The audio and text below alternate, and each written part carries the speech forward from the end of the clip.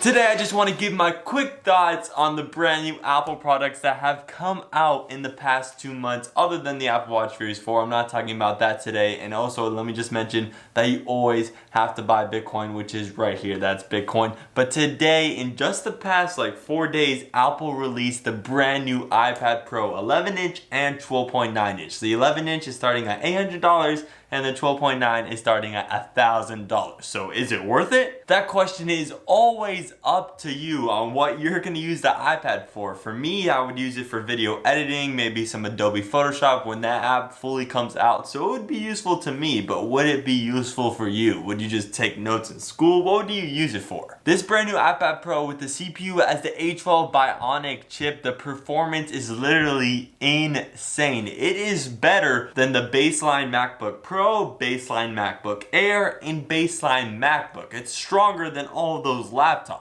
With the extreme computing power, of course you could do multitasking. You could do up to 3 tasks at once with multitasking, and kind of 4 if you drop down a YouTube video in the corner. And I already mentioned that you could video edit on this thing. You could render 4K videos like that. The A12 Bionic Chip isn't the only upgrade for this brand new iPad Pro. We also have the removal of the headphone jack. So it's been 3 years since Apple did it on the iPhone. Apple has finally done it on their Pro iPad. The brand new iPad is now 5.8 millimeters thick, which is the thinnest iPad ever. And there's a lot of technology in there. They also kind of adjusted for the iPhone 5 exterior design. So if you just put the iPad on a desk standing up, it's gonna be able to stand by itself, which is cool. There's also a magnetic top on the iPad Pro for the Apple Pencil. It felt nice and smooth. The whole exterior design, I really like how it's like those rounded corners, they feel good. When we turn over to the display, not only are we getting that ProMotion display, as always, that 120 Hz refresh rate, which is like butter,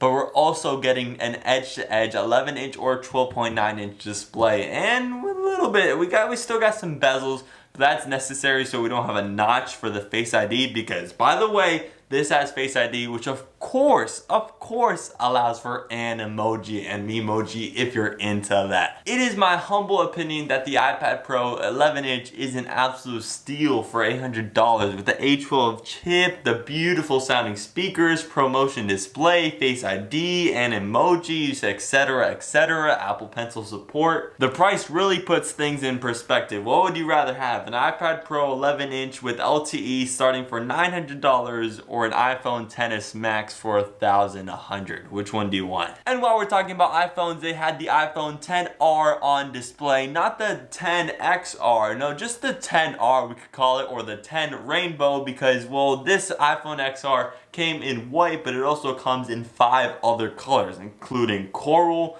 blue, yellow, black, red, a whole bunch of other colors. The iPhone XR is practically identical to the sister of the XS and XS Max, but it only starts at $750, which is $250 less than the XS and $350 than the XS Max. You might be wondering, how is Apple putting this phone for $250 cheaper if it's the exact same? Well, it's practically the exact same except for that display. The display on the XR is LCD instead of OLED, and there's also slightly thicker bezels, but when I looked at it up close, and it's also slightly lower resolution, when I picked up the phone and looked at it from like a nice distance away from your eyes, I couldn't tell the difference in between the XR and my iPhone X. I was holding them up together. But when I pixel peeped the iPhone XR and the X, I could see the difference in between the resolution on the XR and the X. The X and the XS are obviously better. But the question is, how often are you 2 inches away from your phone? Not that often. So as long as you hold it out right here, there's literally no difference in screen resolution. That's why they call it a liquid retina display, because it's the best thing that your eye could see.